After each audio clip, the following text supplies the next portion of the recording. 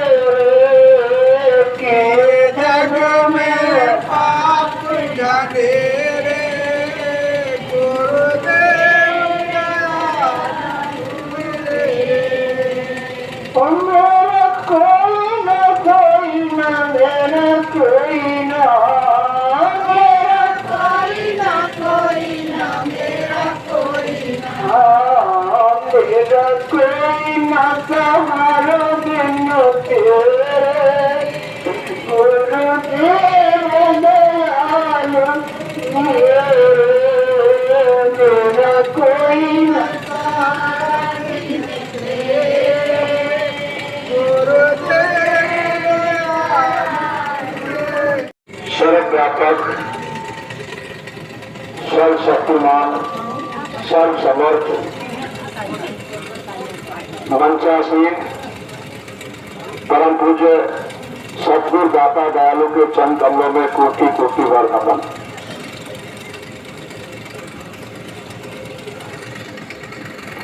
हमारे आपके बीच में दूर दराज से चल करके तमाम प्रेमी जन आए हैं। बहुत वरिष्ठ और 1965-66 के नामदानी सम्माननीय भाई भूरे सिंह जी, ना बुलाओ आपको, ना बुलाओ। आज गुरु महाराज का संदेश देने के लिए आए सम्माननीय भाई मुरारीलाल जी खटोटी और उनके साथ में चल करके आए सम्मान्य मास्टर जी जवाहर सिंह जी, पूरा हुए सम्मान के लोग उपस्थित सभी संगत के प्रेमियों, माता बहन देवियों, प्यारे नन्हे मुन्ने बच्चों, माली के गांव बस्ती के सभी सरदारों, निवासियों और परम पूज्य साईं महाराज की लाडली बहन गुलकंदी, आप सबके चरणों में मत्था टेक करके सादर जय गुरुदेव।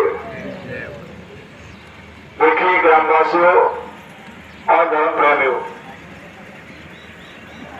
समय बड़ा नाजुक है। इस नाजुक समय में जो संदेश लेकर के भाई मुरारी जी आए हैं और जो उसके आला फकीर बाबा जय गुरुदेव महाराज ने भेजा है वो संदेश, मैं सब हिंदू मुसलमान सिख ईसाइयों से निवेदन करना चाहता हूं कि जो इशारा हुआ था 14वीं सदी के बाद का, जो इशारा हुआ था प्रोफेसर हरार किरो एंडरसन ने, सूरदास जी ने, जो ईसा मसीह ने, जो सिद्धार्थ जी महाराज ने, जो गोस्वामी जी महाराज ने, जो कबीरदास जी ने, वो वक्त नजदीक आ रहा है, समय करवट बदल रहा है।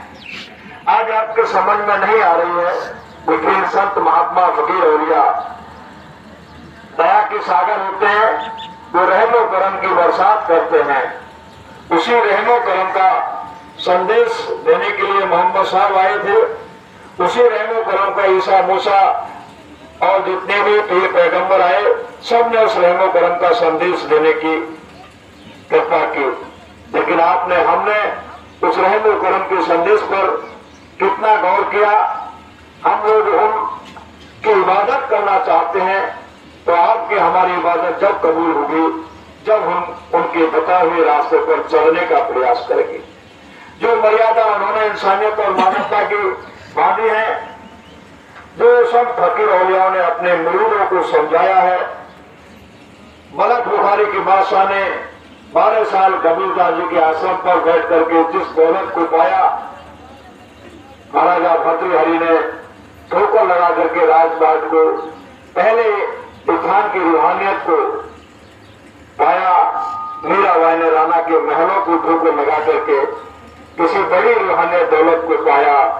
आज उसी दौलत की चर्चा करने के लिए और इस बदलते हुए समय की करवट में, तो समय कभी करवट लेता है, तो करवट लेने पर जो उस खुदा की तकरीर से बाहर जीने वाले होते हैं, उनका सफाया कर देता है। उस मुसीबत से बचाने के लिए संत महात्मा फकीर औलिया अपने संदेश वाहकों को गांव गांव में, ढानी ढानी में भेजने का काम करते हैं। युग युग की अलग अलग परिस्थितियां थी, इस युग की कुछ अलग परिस्थिति है हर आंगन और घर के अंदर। आज कल है विकार, ईर्षा, द्वेष का वातावरण बढ़ता जा रहा है। हमने गांव जो कभी स्वर्ग के समान हुआ करते थे, आज वहाँ काफी विषैला वातावरण बन गया है। उसी विषैले वातावरण को धोने के लिए और बाबा जय गुरुदेव उस काला फकीर और मुझे स्वामी महाराज के संदेश को लेकर के भाई मुरारी लाल जी खट्टर भी हमारे आपके बीच में आए हैं। जो लोग आ गए वो शांति के साथ में सुने, और जो नहीं आए वो जहाँ बैठे हैं जरा कान इधर लगा करके सुनना।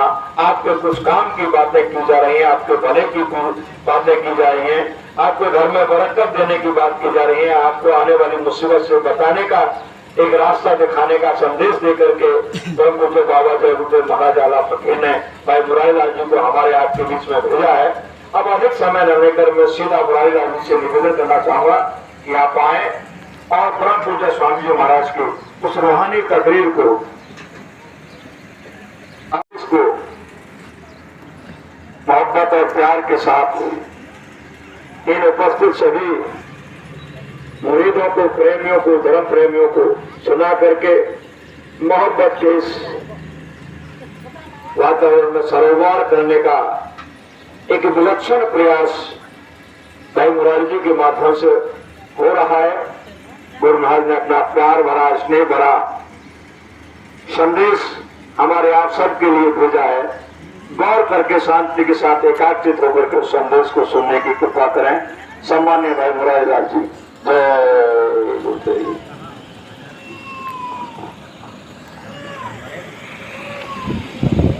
मेरे काटने के लिए मुझे दिन पड़ेगी था बार। मालिक के नाम को सभी धर्म प्रेमी गुरु भाई बहन जोर से बोलेंगे, जय गुरुदेव, जय गुरुदेव, जय गुरुदेव। नाम किसका? प्रभु का पावन प्यारा नाम, कलयुग का जगाया हुआ नाम, विश्व में सुख शांति कौन लाएंगे? आने वाली बीमारी और मुसीबतों से कौन बचाएंगे? भाई भाई में प्यार मोहब्बत कौन लाएंगे? जीते जी प्रभु दर्शन कौन कराएंगे? माँ बहनों की रक्षा कौन करेंगे? कलयुग में सतयुग कौन लाएंगे?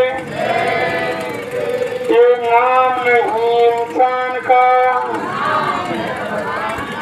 ये काम नहीं इंसान का।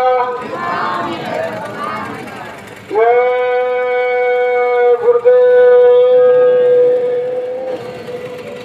बाबा जय गुरुदेव जी का कहना है, क्या खा पी कर हुए खराब, क्या खाने से होगी भलाई? हिंदू मुस्लिम सिख ईसाई सब रोगों की एक दवाई, हाथ जोड़कर बिने हमारी, रहम करो रहमान मिलेगा, रहम करो रहमान मिलेगा,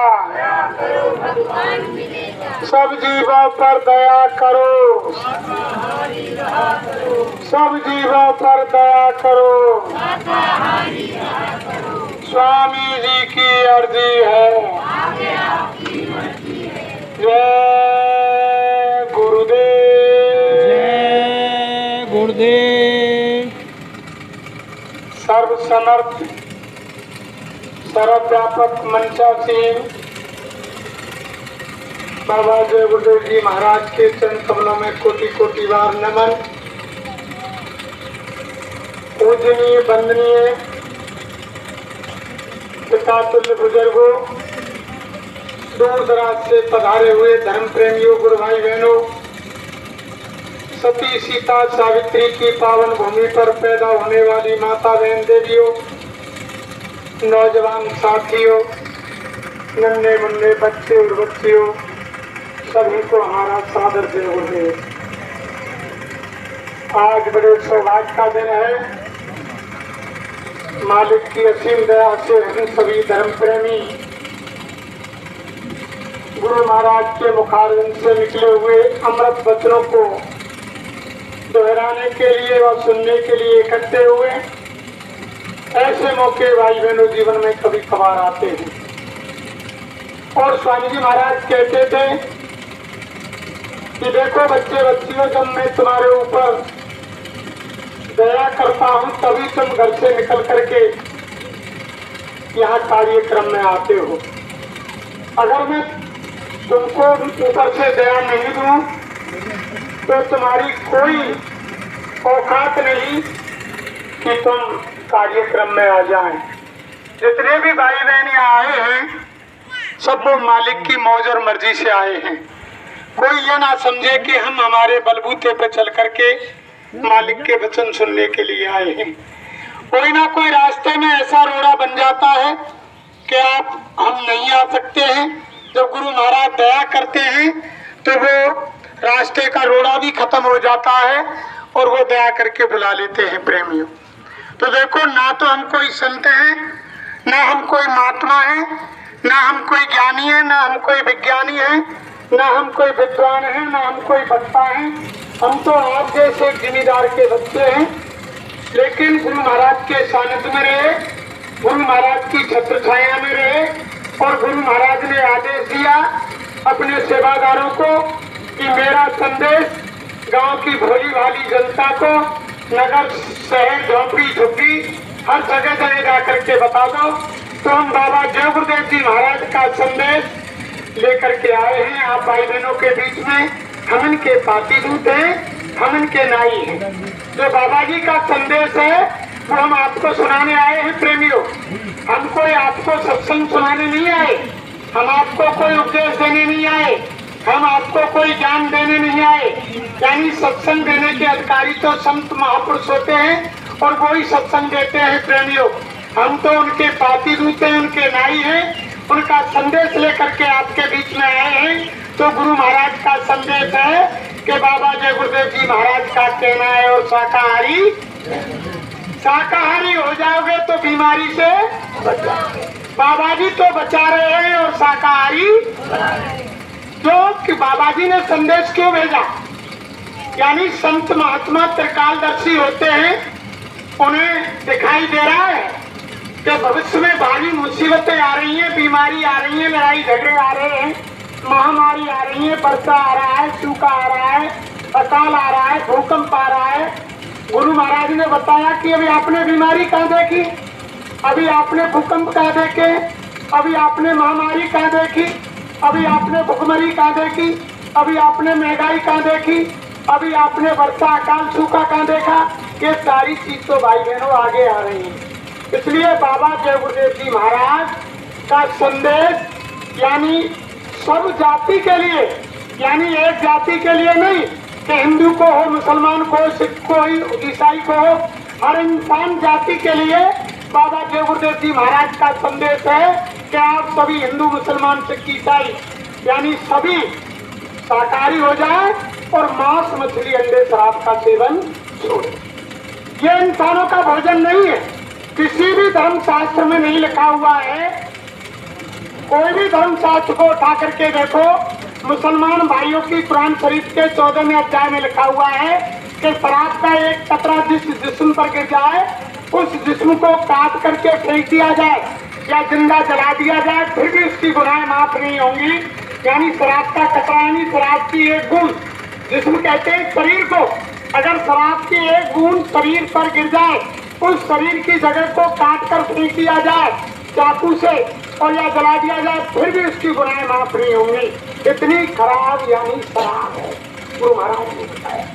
और हिंदुओं की रामायण धर्मशास्त्र में लिखा हुआ है कि सुर सर जल कृत बारुण जाना और पौते संत करे नहीं पाना।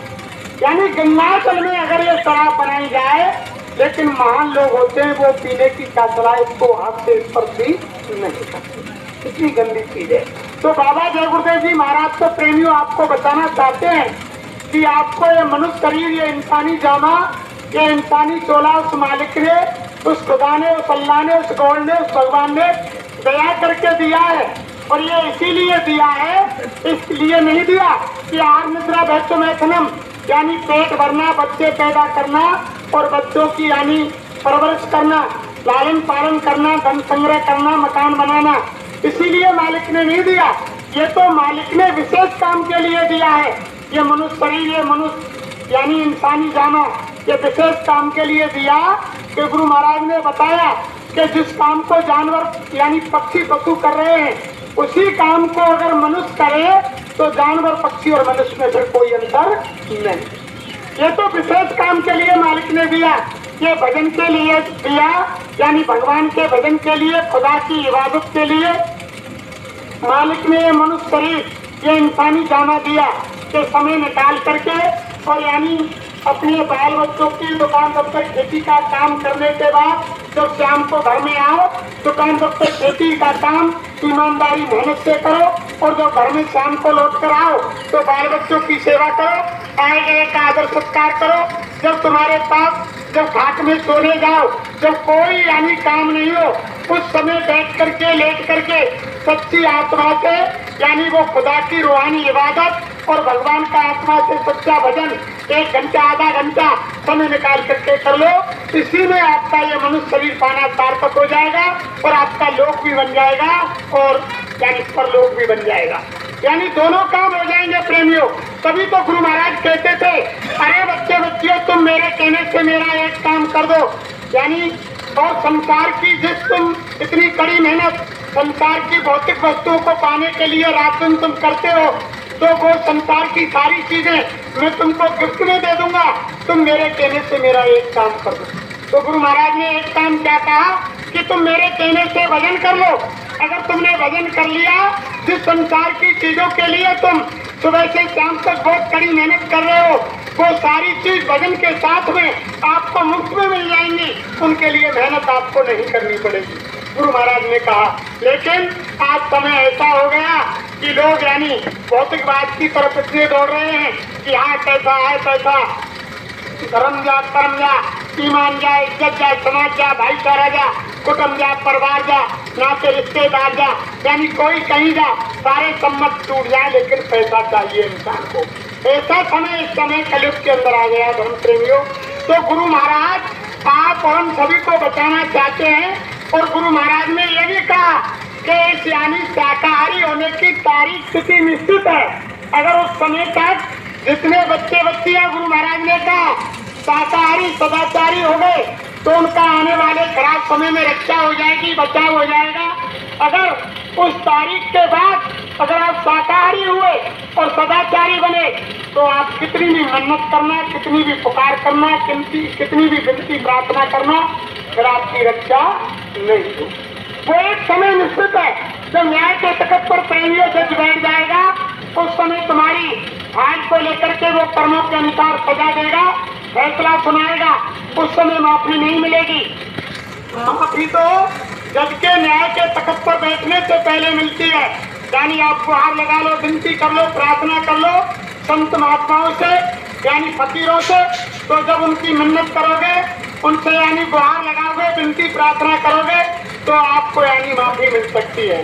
तो गुरु महाराज कह रहे हैं कि अभी समय है बचना चाहो और फिर मत कहना समय निकालो, यानी अभी भी समय है प्रेमियों।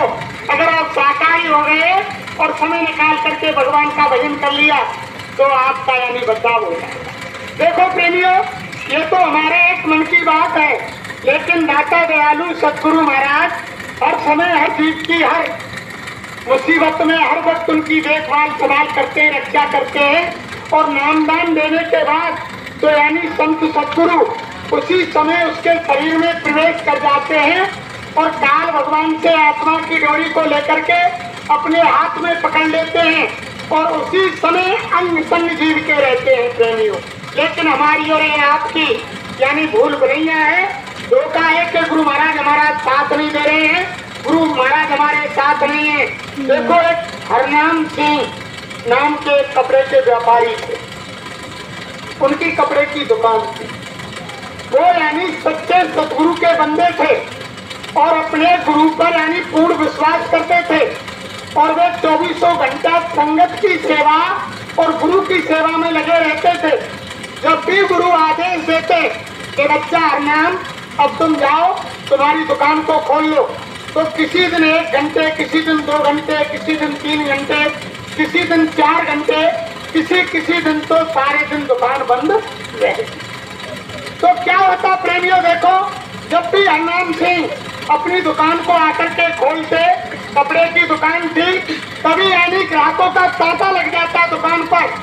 तो और अड़ोसी पड़ोसी जितने भी कपड़े के व्यापारी थे ये देखते थे कि हरनाम यानी कहकर आता है अपने ग्राहकों से कि अब मैं दुकान खोल रहा हूँ। तो उनको शंका हो गई। एक दिन शाम को जब हरनाम ने 2 घंटे दुकान खोली और दुकान बंद करने के बाद घर जाने की तैयारी कर रहे थे, तो उसी समय बाजार के सारे व्यापारी हरनाम सिंह जी के पास आ गए और आकर के कहने लगे, अरे भैया हरनाम, हम सुबह से शाम तक हाथ पर हाथ भरकर बैठे रहते हैं, हमारी दुकान पर कोई ग्राहक नहीं आता है और तुम मात्र 2 घंटे दुकान खोलते हो, किसी दिन 1 घंटे खोलते हो, किसी दिन 4 घंटे खोलते हो। उसी समय तुम्हारी दुकान पर यानी ग्राहकों का तांता लग जाता है। क्या तुम तुम्हारे ग्राहकों को समय देकर आते हो कि मैं अब दुकान खोल रहा हूँ? तो हरनाम सिंह ने कहा कि नहीं नहीं, मैं कोई समय नहीं देता, मैं तो मेरा सारा समय संगत की सेवा में और गुरु महाराज के आदेश से यानी संतों की सेवा में व्यतीत करता हूँ। मेरा मुर्शिद, मेरे मालिक, मेरे सदगुरु वे यानी स्वयं मेरी दुकान पर ग्राहक भेजते हैं।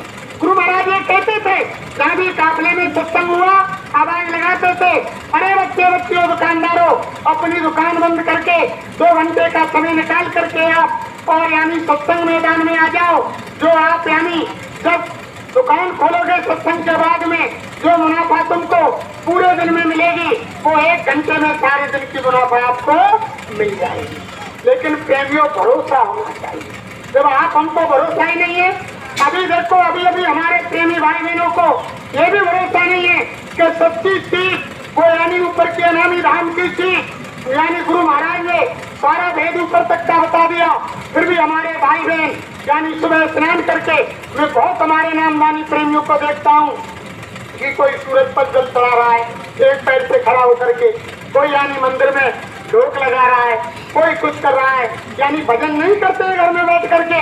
जो असली चीज भी है यानी माला तो खूंटी से खाट के पाए से लटका दी है, गुरु के आदेश का पालन नहीं करते हैं। और लेकिन जो बाहर की यानी भौतिक पूजा में लगे हुए हैं, अभी भी जब सच्ची चीज उनको मिल गई, अरे भाई ये पहले भी ये बताते थे उस काम को, जैसे छोटी छोटी बच्चियां होती है ना, आपने देखा होगा जब छोटी छोटी नन्ही मुन्नी बच्ची होती है, जब वो खेलती है खेल तो वो रतवेली बनाती है और यानी गुड्डा गुड़िया बनाती है, दूल्हे दुल्हन बनाती है, जब बारात बुलाती है और उनकी शादी करती है और दुल्हन की विदाई करती है। लेकिन जब वो बड़ी हो जाती है और जब प्रेम की शादी हो जाती है, जब उनको असली पति मिल जाते हैं, तो वो कदापि भी गुड्डा और गुड़ियों से नहीं खेलती, कभी नहीं खेलती है फिर वो। अरे भाई बहनों, जब तुमको मालिक ने वो असली चीज दे दी और सारा भेद ऊपर का बता दिया, फिर भी तुम वही काम कर रहे हैं बच्चों वाला, तो फिर कहते हैं कि गुरु महाराज हमारा यानी साथ नहीं दे रहे हैं, उस पर दया कर रहे हैं गुरु महाराज, हम पर दया नहीं हो रही है। अरे प्रेमियों, गुरु महाराज की दया तो सब प्रेमियों पर बराबर आ रही है। जब सूरज निकलता है तो सबको उजाला बराबर देता है, जब बरसात होती है तो वो हर जगह होती है।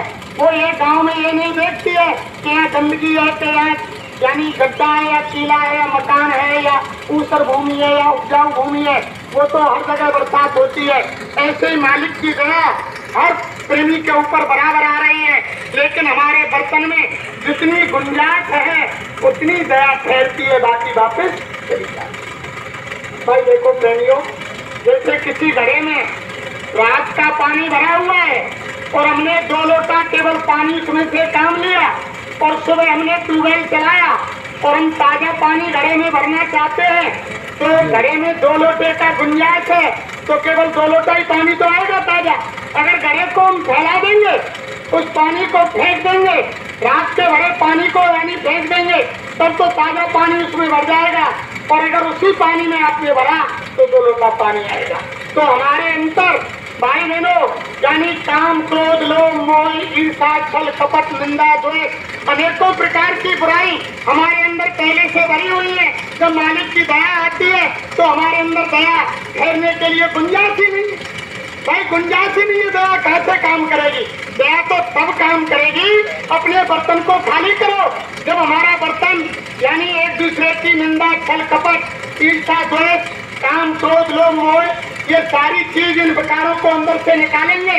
जब हमारा बर्तन खाली हो जाएगा, जब मालिक की दया पूरी काम करेगी। प्रेमियों, हम कहते हैं कि दया गुरु महाराज की काम कर रही है, काम को छोड़ना नहीं चाहते, लालच में फंसे हुए हैं। आपने देखा नहीं कि महात्माओं ने किस तरह यानी शिष्यों की परीक्षा ली? हमारे गुरु महाराज ने तो कोई परीक्षा नहीं ली किसी भाई बहन की, और सीधे नामदान दे दिया। आप 10 मिनट पहले आपने मांस क्यों ना खाया हो, शराब क्यों ना पिया हो, व्यभिचार क्यों ना किया हो, यानी कोई बुराई क्यों ना की हो, और सत्संग में पहुंच गए और सामने गए, सत्संग सुनाया और 1 घंटे बाद सीधे वो नाम की दौलत बख्शीश कर दी। छोटा मोटा पावर लेकर के गुरु महाराज नहीं है। ऐसे आज तक धरती पर किसी महात्मा ने नाम की दौलत को बख्शीश नहीं किया। प्रेमियों, पहले महात्माओं ने सेवा कराई, सेवा कराने के बाद सत्संग सुनाए, सत्संग के बाद अलग पांडाल में नामदान दिया। पहले संतों का हाथ उठाकर देखो, और पांडाल में जाने से पहले जो पांडाल के दरवाजे पर सेवादार बैठा रहता था, उसमें कुछ शर्तें लिखी होती थी कि ये शर्त अगर तुमको मंजूर है तो नाम की दौलत लेने के लिए अंदर पांडाल में जाओ, वरना पांडाल के अंदर बन जाओ। यानी पांडाल में नामदान मिलते थे। ये तो इतना पावर लेकर धरती पर शहंशाहों के शहंशाह आए, जिन्होंने यानी सामने आते ही जीव का बर्तन साफ किया और नाम की दौलत उसमें डाल दी। छोटी मोटी ताकत लेकर के गुरु महाराज नहीं आए। प्रेमियों, लेकिन अनुराग धोखा खा रहे हैं, और धोखा खा गए, इधर उधर भटकते हैं। प्रेमियों, देखो कैसे कैसे यानी शिष्य हुए, जिन्होंने गुरु ने उनको ठुकरा दिया, यानी गुरु ने उनको नकार दिया, फिर भी गुरु को नहीं छोड़ा। रात दिन गुरु की याद में रोते रहे। आपने नहीं देखा दिल्ली में जो निजामुद्दीन औलिया का जो आश्रम यानी वो स्टेशन और बस स्टैंड बना हुआ है उनके नाम से, उनके एक शिष्य थे सप्रू साहब, बड़े प्यारे शिष्य थे जो गुरु अपने यानी मुर्शिद पर पूर्ण भरोसा करते थे। फौज में नौकरी करते थे सप्रू साहब। जब भी फौज से छुट्टी आते तो उस समय सीधे गुरु महाराज के आश्रम में जाते और धन ला करके सीधा गुरु महाराज को भेंट करते। एक बार क्या हुआ प्रेमियों, और कुछ उनके प्रेमी भाई एक गरीब थे, गरीब औलिया साहब के शिष्य बहुत गरीब थे। उनकी बच्ची सयानी हो गई और उन्होंने शादी तय कर दी। प्रेमियों, जब शादी तय कर दी, शादी का 1 महीना रह गया तो उनके पास शादी करने को कोई सहारा नहीं था।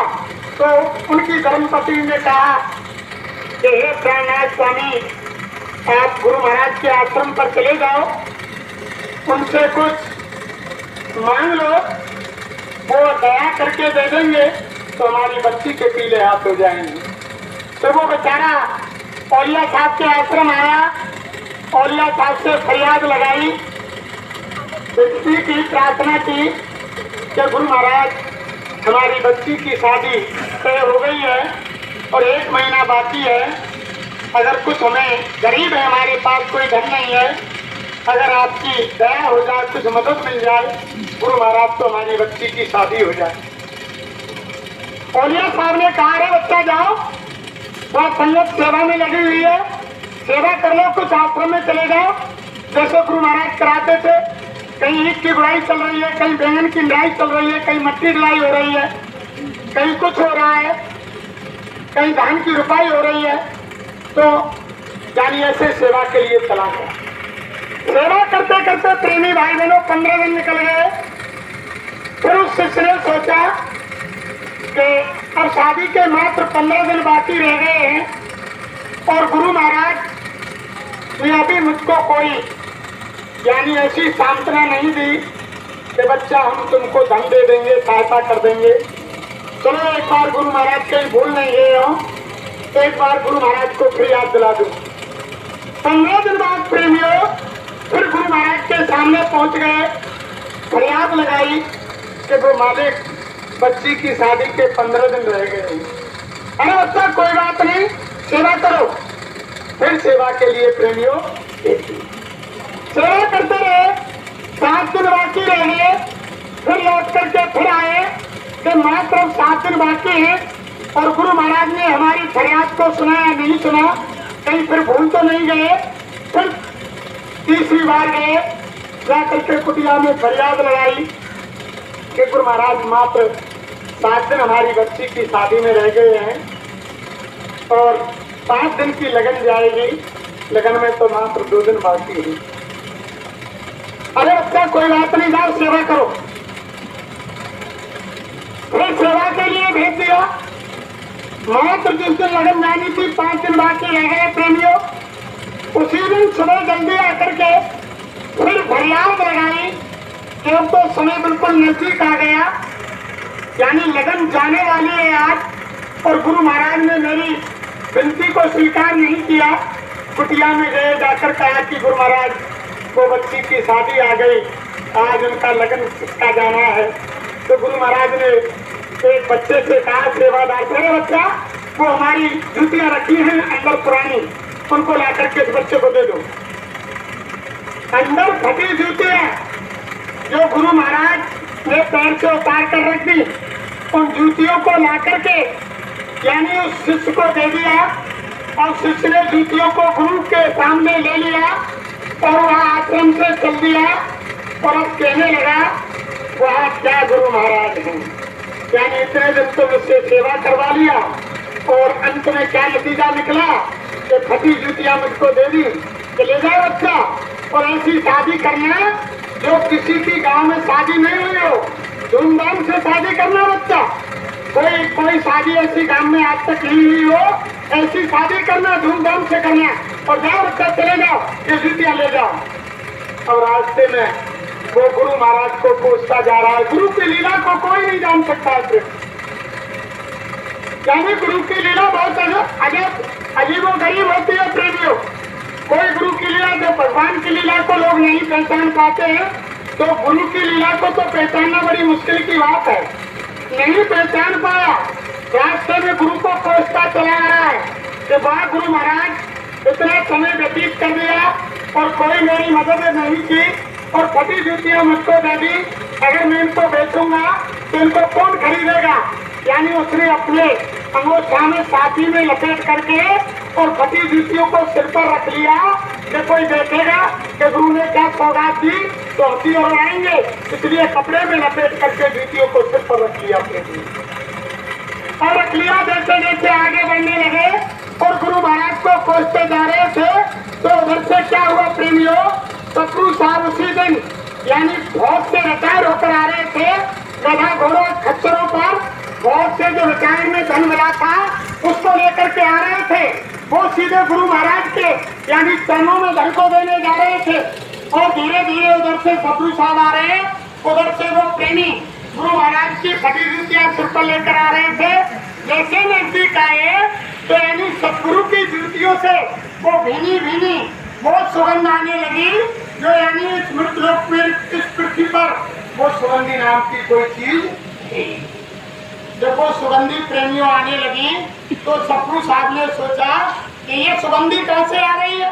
उधर से सतगुरु साहब बनने लगे प्रेमियों, उधर से वो प्रेमी आने लगा, धीरे धीरे तेजी से खुशबू बढ़ने लगी और जब दोनों का आमने सामने से क्रॉस हुआ तो ज्यादा जोर से खुशबू आई। तो सतगुरु साहब ने सोचा कि शायद इसी प्रेमी के पास कोई गुरु महाराज की चीज है, उसमें से जो ये खुशबू आ रही है। उसने उसको रोका, अरे भैया रुको, तुम कहाँ से आ रहे हो? कि हम गुरु महाराज के और यानी आश्रम से आ रहे हैं।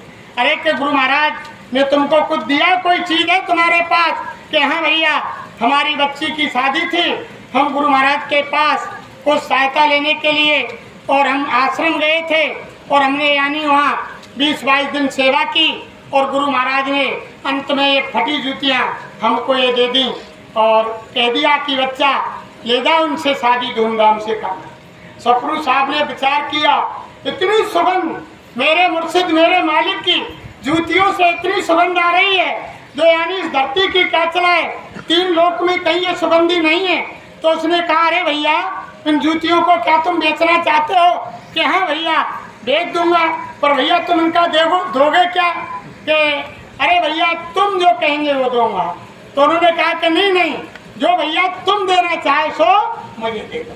तब सपरू साहब ने कहा अरे भैया देखो, जो गदार खच्चरों पर जितना ये माल भरा हुआ है ये सारा माल ले जाओ और ये जूतियां तुम मुझे। यानी जूतियां सपरू साहब ने प्रेमियों ले ली, सिर पर रख लिया, यानी चूमा, छाती से लगाया और गुरु महाराज को याद किया और यानी जूतियां लेकर के धन उस भाई को दे दिया। वो भाई गांव गया, जो गुरु महाराज ने जो आशीर्वाद दिया, अरे बच्चा ऐसी शादी करना जो आज तक किसी बच्चे की गांव में शादी नहीं हुई हो। उसने धूमधाम से शादी की। उधर सपरू साहब जूतियों को लेकर के आश्रम पर पहुंच गए। गुरु महाराज ने जाकर के प्रणाम किया। गुरु महाराज ने कहा अरे बच्चा सपरू इसमें क्या है? अरे क्या गुरु महाराज ये आपकी वो जूतियां हैं, इनको वो रास्ते में वो बंदा ले जा रहा था, उनसे मैंने मोल खरीद लिया। अरे सपरू आपकी इतनी हिम्मत, मेरी जूतियों की कीमत तुमने लगाई, मेरी जूतियों को खरीदने वाले तुम कौन होते हो? तुमने मेरी जूतियों की कीमत लगाई, निकल जाओ इसी समय आश्रम से बाहर। तुम कौन होते हो मेरी जूतियों को खरीदने वाले? सपरू साहब को आश्रम से निकल करके जूतियों को चूमते हुए प्रेमियों, सपरू साहब ने कहा कि कोई इस नाची इस बंदे से कोई गलती हो गई। मैंने कहा कि महाराज जो धन मुझको दिया था वो धन मैंने उसको दे दिया, उस सारे धन के बदले, और मैंने जूतियां ले ली। मैंने गुरु से झूठ बोल दिया क्योंकि सारा धन मैंने कहा दिया, मेरे घर तो बहुत सारा धन और भरा पड़ा हुआ है, उसका कुछ हिस्सा ही दिया है। गुरु महाराज इसलिए नाराज हो गए और गुरु महाराज ने मुझे आश्रम से निकाल दिया। अब मैं गुरु ने आश्रम से निकाल दिया और मुझसे गलती हो गई, मैंने झूठ बोल दिया। अब मैं कदापि लौट करके ना घर भी नहीं जाऊंगा। यानी सपरू साहब प्रेमियों घर भी नहीं गए और गांव-गांव में सपरू साहब जूतियों को चूमे और छाती से लगाए और गुरु महाराज को याद करते रहे। कोई मिल जाए तो कुछ खा लें, कोई स्नान वगैरह नहीं। गुरु की याद में पागल हो गए प्रेमियों, इतने पागल हो गए कि रात दिन यानी हाय गुरु की यानी अंदर से लो लग गई कि हे मालिक मुझसे कौन सी गलती हो गई। और अंत में जाकर के जहाँ से प्रेमियों की संगत आती जाती थी, एक पेड़ के नीचे जाकर बैठ गए। जब प्रेमी सत्संग सुन करके आते थे प्रेमियों, तब सबसे पूछते थे अरे कि भैया क्या गुरु महाराज ने मुझको याद किया कि मेरे बारे में कोई पूछा? कि ना भैया तुम्हारे बारे में कोई चर्चा ही नहीं आई। फिर सपरू साहब फूट फूट कर रोने लगे, अरे कि मुझसे कोई ऐसी भारी गलती हो गई जिसके कारण गुरु महाराज ने मुझे निकाल दिया। रोते रहे प्रेमियों। अंत में जब गुरु महाराज का निज धाम जाने का समय आ गया और जो यानी माँ बहुत प्रेमी रहते थे, सपरू से इतना प्यार करते थे, यानी गुरु महाराज यानी और सपरू भी गुरु से इतना प्यार करता था बहुत ज़्यादा। लेकिन गुरु यानी सपरू के बिना नहीं रह सकते, सपरू गुरु के बिना नहीं रह सकता। लेकिन वो तो यानी उनकी परीक्षा ले रहे थे और जितने भी बंदे आश्रम पर थे उनको बड़ी खुशी हुई कि सपरू को आश्रम से निकाल दिया, क्योंकि यानी गुरु के जाने के बाद गद्दी के मालिक सपरू साहब बनेंगे। अब ये आश्रम से निकल गए, अब ये कभी लौट कर यहाँ नहीं आएंगे। इन्होंने यानी गुरु ने उनको निकाल दिया, लेकिन गुरु के मन में उनके प्रति बहुत तड़प थी और सपरू की तड़प गुरु के प्रति थी प्रेमियों। जब निजधाम जाने का समय आया प्रेमियों, तब गुरु ने पूछा अरे बच्चों तुमने उस सपरू को देखा है?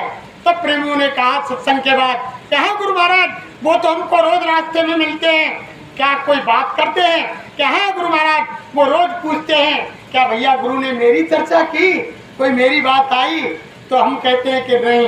अरे बच्चा जहाँ कहीं भी हो उनको बुला करके लाओ। जब संगत गई प्रेमियों, सपरू को बुला करके लाई। जब सपरू आए और गुरु के चरणों में गिर गए और बहुत रोए और गुरु ने उठा करके सीने से लगा लिया। गुरु महाराज ने कहा अरे बच्चा सपरू तुम यह समझ रहे हो कि यानी आप ही मेरे लिए रो रहे हो, मैं भी आपके लिए रात दिन यानी तड़पता रहता हूँ।